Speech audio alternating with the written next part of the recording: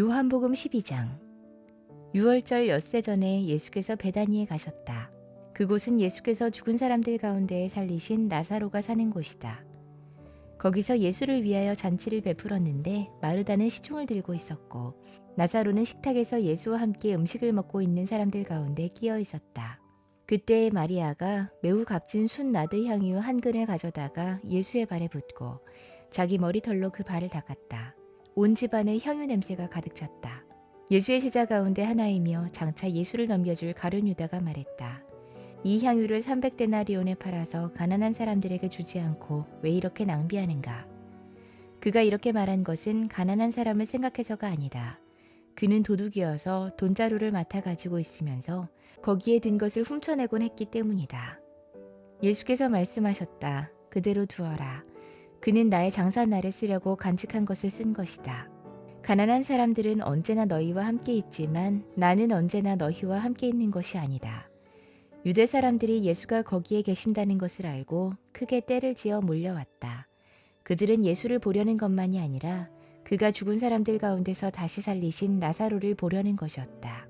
그래서 대제사장들은 나사로도 죽이려고 모의했다.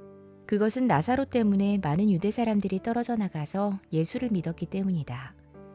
다음 날에는 명절을 지키러 온 많은 무리가 예수께서 예루살렘에 들어오신다는 말을 듣고 종려나무 가지를 꺾어 들고 그들을 맞으러 나가서 호산나 주님의 이름으로 오시는 이에게 복이 있기를, 이스라엘의 왕에게 복이 있기를 하고 외쳤다. 예수께서 어린 나귀를 보시고 그 위에 올라타셨다. 그것은 이렇게 기록한 성경 말씀과 같았다. 시온에 따라 두려워하지 말아라. 보아라, 내 임금이 어린 나귀를 타고 오신다. 제자들은 처음에는 이 말씀을 깨닫지 못했으나 예수께서 영광을 받으신 뒤에야 이것이 예수를 두고 기록한 것이며 또 사람들이 그에게 그렇게 대했다는 것을 회상했다. 또 예수께서 무덤에서 나사로를 불러내어 죽은 사람들 가운데서 살리실 때에 함께 있던 사람들이 그 일어난 일을 증언했다. 이렇게 무리가 예수를 맞으러 나온 것은 예수가 이런 표징을 행하셨다는 말을 들었기 때문이다. 그래서 바리새파 사람들이 서로 말했다. 이제 다 틀렸소. 보시오, 온 세상이 그를 따라갔소. 명절에 예배하러 올라온 사람들 가운데 그리스 사람이 몇 있었는데 그들은 갈릴리 베세다 출신 빌립에게로 가서 청했다. 선생님, 우리가 예수를 뵙고 싶습니다. 빌립은 안드레에게로 가서 말하고 안드레와 빌립은 예수께 그 말을 전했다. 예수께서 그들에게 대답하셨다. 인자가 영광을 받을 때가 왔다. 내가 진정으로 너희에게 말한다. 밀알 하나가 땅에 떨어져서 죽지 않으면 한 알 그대로 있고 죽으면 열매를 많이 맺는다. 자기의 목숨을 사랑하는 사람은 잃을 것이요. 이 세상에서 자기의 목숨을 미워하는 사람은 영생에 이르도록 그 목숨을 보존할 것이다. 나를 섬기려고 하는 사람은 누구든지 나를 따라오너라. 내가 있는 곳에는 나를 섬기는 사람도 나와 함께 있을 것이다. 누구든지 나를 섬기면 내 아버지께서 그를 높여주실 것이다. 지금 내 마음이 괴로우니 무슨 말을 하여야 할까? 아버지, 이 시간을 벗어나게 해주십시오 하고 말할까? 아니다. 나는 바로 이 일 때문에 이때에 왔다. 아버지, 아버지의 이름을 영광스럽게 드러내십시오. 그때 하늘에서 소리가 들려왔다. 내가 이미 영광되게 하였고 앞으로도 영광되게 하겠다. 거기에 서서 듣고 있던 무리 가운데서 덜어는 천둥이 울렸다고 하고 또 덜어는 천사가 그에게 말했다고도 했다. 예수께서 대답하셨다.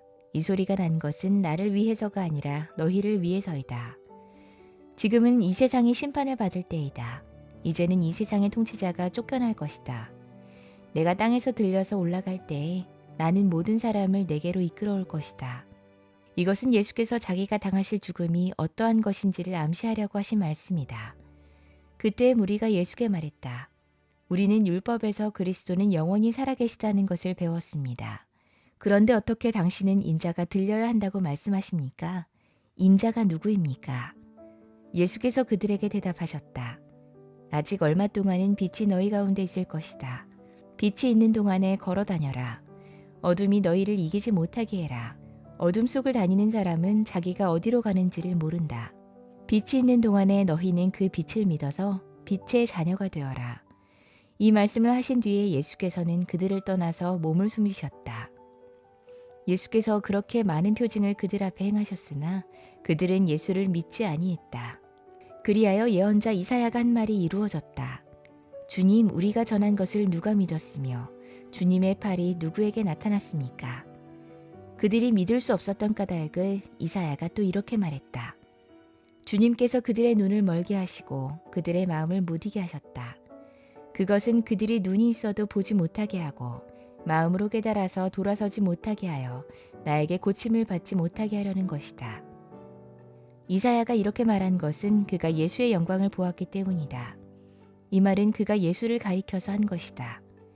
지도자 가운데서도 예수를 믿는 사람이 많이 생겨났으나 그들은 바리새파 사람들 때문에 믿는다는 사실을 드러내지는 못했다.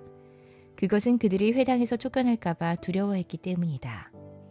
그들은 하나님의 영광보다도 사람의 영광을 더 사랑했다. 예수께서 큰 소리로 말씀하셨다. 나를 믿는 사람은 나를 믿는 것이 아니라 나를 보내신 분을 믿는 것이요. 나를 보는 사람은 나를 보내신 분을 보는 것이다. 나는 빛으로서 세상에 왔다. 그것은 나를 믿는 사람은 아무도 어둠 속에 머무르지 않도록 하려는 것이다. 어떤 사람이 내 말을 듣고서 그것을 지키지 않는다 하더라도 나는 그를 심판하지 아니한다. 나는 세상을 심판하러 온 것이 아니라 구원하러 왔다.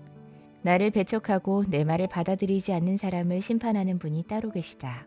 내가 말한 바로 이 말이 마지막 날에 그를 심판할 것이다. 나는 내 마음대로 말한 것이 아니다. 나를 보내신 아버지께서 내가 무엇을 말해야 하고 또 무엇을 이야기해야 하는가를 친히 나에게 명령해 주셨다. 나는 그 명령이 영생인 줄 안다. 그러므로 나는 무엇이든지 아버지께서 나에게 말씀하여 주신 대로 말할 뿐이다.